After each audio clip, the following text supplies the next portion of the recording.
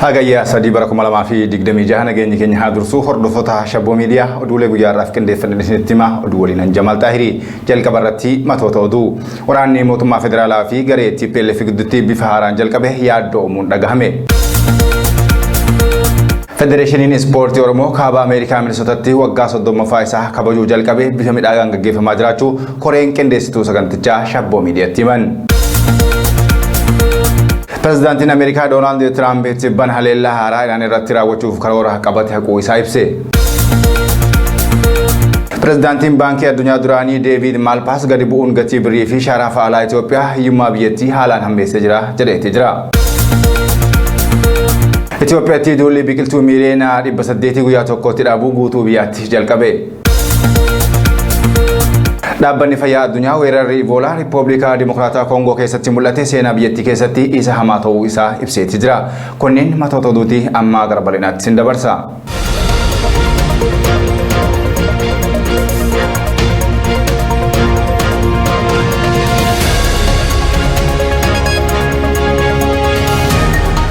Waraanni mootummaa federaalaa fi garee TPLF gidduutti bifa haaraan jalqabe yaaddoomuun isaa dhagahame. Erga waraanni kun bifa haaraan dho'ee booda addatti jiraattonni naannoo Tigraay kana dura rakkoo waraanaan miidhaman waraanni marsaa lammaffaa kun yeroo itti fufee jirutti miidhaa dabalataaf akka hin saaxilamne sodaachuu irratti argamu. Bulchiinsi naannichaa kan garee humnaan aangoo dhuunfateen durfamu mootummaan federaalaa godina Tigraay lixaa keessatti waraana ifaan irratti banee ture jechuun waldhabdee yeroo dheeraaf naannicha waliin ture akka caalchisuu danda'u ibseetti jira. Gufuu fi dhiibbaa waliigalaa uummata Tigraay keessatti gaggeessaa ture itti fufsiisuun dabalataanis meeshaa waraanaa diroonii fi humnoota bakka bu'ootaatiin haleellaa raawwachaa kan ture sirni paartii badhaadhinaa duula duugaa sanyii gaggeessuun beekamu waraana haaraatti seenee jechuudhaan himachuu irratti argama. Abbootiin taayitaa Tigraay taateen kun ji'oota hedduudhaaf mootummaa federaalaa fi bulchiinsa naannichaa gidduutti muddamsa siyaasaa fi waraanaa ture hordofuun kan dho'ee akka ta'e ibsuu irratti argamu. Bara 2022 waliigaltee araaraa Piriitooriyaa mallatteeffameen boodas mootummaan federaalaa shira adda addaa kan akka ugguraa dhiibbaa fi qophii waraanaa raawwachaa ture jechuun yakkus ragaa qabatamaa garuu dhiyeessuu hin dandeenye. Mootummaan federaalaas yeroo adda addaatti gareen TPLF humnaan aangoo harkaa qaban waraana kaasuun biyyattii gooluuf yaalaa akka turan himachaa tureeti jira. Ibsichi jiraattota Tigraay humnoota nageenyaa dhaabbilee hawaasaa fi dhaabbilee amantaa waldhabdee haaraa mudateef akka qophaa'an yaamicha gochuun uummanni lola wabii jiraachuu biyyattiif gaggeeffamu kana bira akka dhaabbatu gaafateeti jira. Badiinsa biyyattiitiif gonkumaa harka hin kenninu kan jedhu gareen TPLF humnoonni fi deeggartoonni Tigraay akkuma kaleessaa har'as seenaa dinqisiisaa galmeessuuf akka qophaa'an jechuun yaamicha taasiseeti jira. Abbootiin taayitaa Tigraay hawaasni addunyaas gidduu akka seenan gaafatanii waraana mootummaa federaalaatiin jalqabame jedhame kanaan miidhaa qaqqabuu danda'u ilaalchisee akeekkachiisaa kennuu irratti argamu.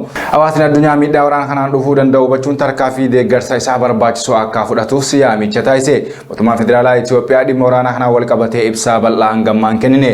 Haalli kun kan dhagame walitti dhufeenyi Finfinnee fi abbootii taayitaa Tigraay gidduu caalatti ergamaa ta'e akka ta'es beekameeti jira. Hagayyaa torba muummee ministeera Abiy Ahmad Suudaan addi bilisa baasaa uummata Tigraay fi Eertiraan Itoophiyaa irratti waliin hojjechaa jiru jechuun yakkaniitii jiran. Kunis waliigaltee diigimsaa sirna dargiitiif gumaachee ture wal fakkaata jechuun akkasumas humnoonni alaa maqaan isaanii hin eeramne hirmaannaa akka qaban eeraniitii jiru. Aangawoonni Tigraay deebii kennaniin waliigalteen Piriitooriyaa bara 2022 diigame jechuun mootummaan federaalaa keewwattoota ijoo waliigaltee sanaa hojiirra oolchuu dhabuu fi waldhabdee haaraaf qophaa'uu isaatiin himateeti jira. Addi bilisa baasaa uummata Tigraay humnoonni federaalaa loltoota walitti qabuun dheeraa gara bahaa Tigraayitti raabsaa akka jiranii fi walitti bu'iinsa uumamuu danda'uuf qophaa'aa akka jiran ibseeti jira. Qaamoleen idil addunyaa dhimmi kun ilaallatu dhiyeenya kana walitti bu'iinsa haaraa kanaan yaaddoo isaanii ibsaniiti jiru. Gamtaan Awurooppaa fi Yuunaayitid Isteetis mootummaan federaalaa Itoophiyaa fi abbootiin taayitaa Tigraay lola irraa akka fagaatanii fi waliigaltee Piriitooriyaa hojiirra akka oolchan gaafateeti jira. Federeeshiniin Ispoortii Oromoo kaaba Ameerikaa Minisootaatti waggaa 30ffaa isaa kabajachuu jalqabee bifa midhaagaan gaggeeffamaa jiraachuu koreen qindeessituu sagantichaa Shabboo Miidiyaatti himan. Sirni waggaan gaggeeffamu kun kan bara kanaas yeroo dheeraadhaaf sagantaawwan adda addaan dabalamee itti qophaawamaa turuu kan himan koreen qindeessituu sagantichaa kun qophiin ispoortii qofa osoo hin taane dirree wal argaa Oromootaa walitti guduunfama aadaa eenyummaa fi egeree Oromootaa akka ta'etti ibsan. Sagantaa bara kanaas wal dorgommii kubbaa miilaa gareewwan adda addaa gidduutti eegaluu kan himan gaggeessitoonni sagantichaa bara kanas magaalaa Lakuupiyoolii fi Minneapolis keessatti hagayyaa tokko hanga 8 bara 2026 akka gaggeeffamu ibsaniiti jiru. Sagantaawwan gaggeeffamuuf jiranis dorgommii kubbaa miilaa, dorgommii kubbaa kaachoo, wal dorgommii atileetiksii Abbabaa Biqilaa, dorgommii kubbaa miilaa daa'immanii, konsertiiwwan muuziqaa, sirboota aadaa Oromoo kanneen akka geerarsaa, agarsiisa uffata aadaa, walgahii hawaasaa, daldalaa fi agarsiisni adda addaa irratti kan gaggeeffamu akka ta'e ibsameeti jira. Akkasumas taphaa xumura hagayya 8 2026 irratti sagantichi Staadiyoomii Intarnaashinaal Aaliyaansii Fiildi keessatti gaggeeffamu akka jiru odeeffanneeti jira. Yeroo wal fakkaatatti waldaan qorannoo Oromoo Studies Association waraqaa qorannoo hayyoota Oromootiin dhiyeessee mari'achaa akka jiru koreen kun shabboo miidiyaatti himeeti jira. Akkasuma biyya Kanaadaattis feestivaaliin Heritage yookiin agarsiisa aadaa kan dhalattoonni saboota addunyaa biyyattii keessa jiraatanii Albertatti bifa miidhagaa ta'een gaggeeffamu irratti argama. Agarsiisa aadaa fi eenyummaa Oromootiin gareen Oromoo yeroo yerootti sadarkaa adda addaa qabatee badhaafamaa turuun isaan yaadama.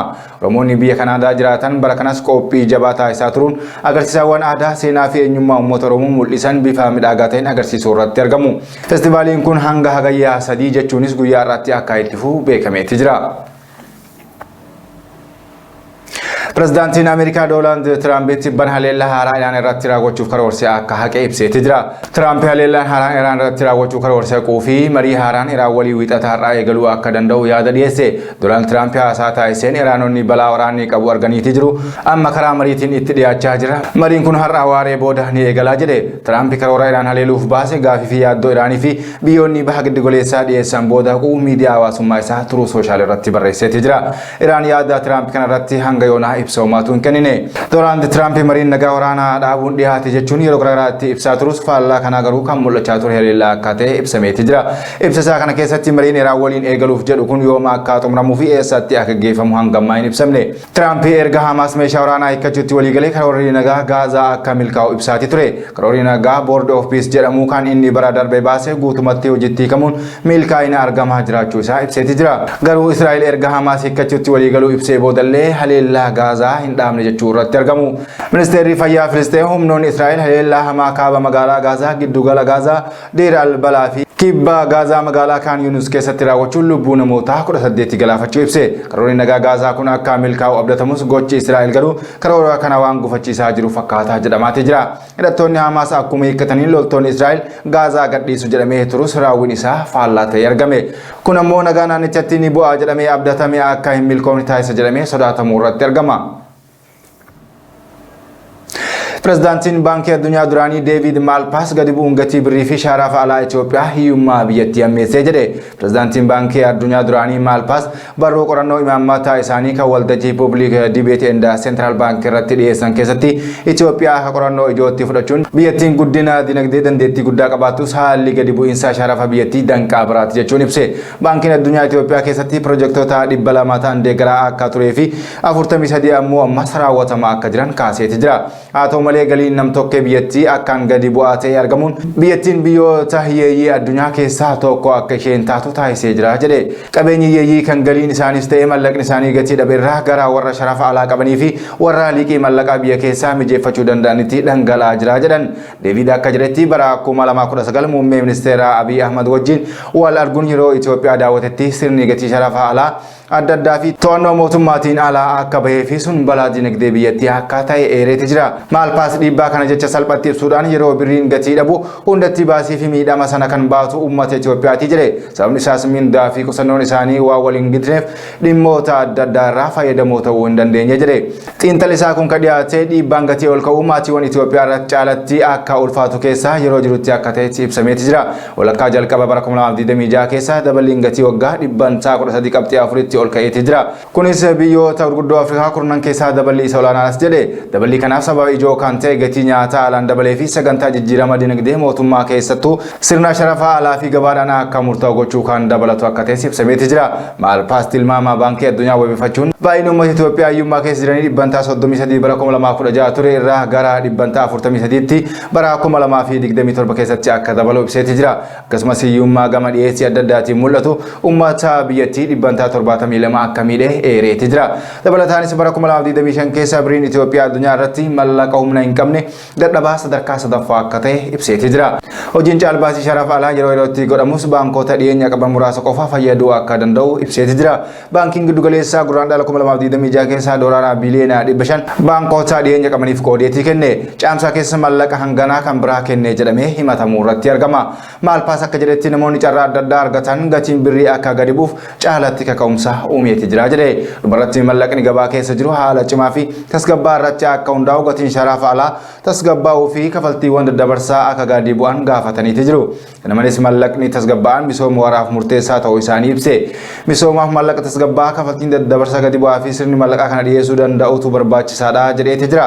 Dabalataanis mootummaan miidhaa hawaasummaa gatiin mallaqaa gadi bu'uun geessu ilaalchisee uummataaf ifa gochuu akka danda'u ifatti gaafateeti jira.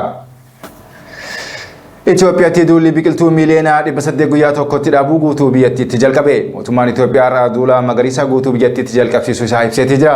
Kaayyoon isaas guutuu biyyattiitti guyyaa tokko keessatti biqiltuu miliyoona 800 dhaabuu akka ta'e hubachiise.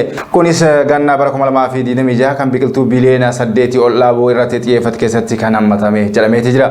Inisheetiiviin kun bara 2019 muummicha ministeeraa Dr. Abiy Ahmediin kan eegalame yoo ta'u, duula naannoo lafa manca'e deebisanii bosonomsuu, uwwisa bosonaa bal'isuu, dandamannaa jijjiirama qilleensaa cimsuu, qabeenya bishaanii fi wabii nyaataa fooyyessuu akkasumas kaarboonii dabaluu irratti kan fuulleffate akka ta'e ibsameeti jira. Duulli kun hojiiwwan biqiltuu dhaabuu bal'aa kanaan dura irratti ijaarame yoo ta'u, biqiltuuwwan waliigalaa bara 2019 irraa eegalamee dhaabaman biliyoona 10 kan lakkaa'amanidhas jedhameeti jira. Duulli guutuu biyyaa kanarraa kun naannolee biyyattii hunda keessatti akka gaggeeffamaa jirus ibsi bal'aan qoodamuu irratti argama. Oduu keenya xumuraatiin dhaabbanni fayyaa addunyaa weerarri dhibee Iboolaa Riippaabilikaa Dimokiraataa Koongoo keessatti mul'ate seenaa biyyattii keessatti isa hamaa akka ta'e labse. Hanga adoolessa 30tti namoonni 3,605 Iboolaan qabamuu isaaniis kan mirkaneesse dhaabbanni fayyaa kun namoonni 1,587 ammoo du'uu isaanii ibse. Yeroo ammas carraan du'a dhibee kanaa parsantii 44 irratti argama. Weerarri yeroo ammaa kun gosa vaayirasii buundibugaa jedhamu irraa kan maddeedha akka ta'es ibsamuu irratti argama. Weerarri vaayirasii koronaa erga bara 2018 hanga 2020tti mul'ate boodas isa hamaa akka ta'es himame.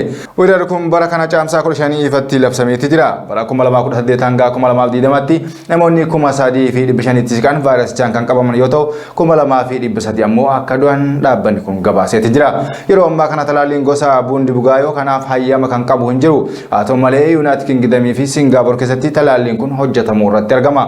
Dhangala'aa qaamaatiin namarraa gara namaatti kan daddarbu Iboolaan waggoota 50 darbanitti guutuu Afrikaatti namoota 10,000 ol akka ajjeese dhaabbanni kun ibseeti jira. Egaa hordoftoota Shabboo Miidiyaa oduuleen guyyaa irraa qindeeffannee isinii qoodaan turre kanumaan goolabamaa qophiin Shabboo Miidiyaa biroo itti fufuu yeroo gaarii qabaadhaa nagaatti.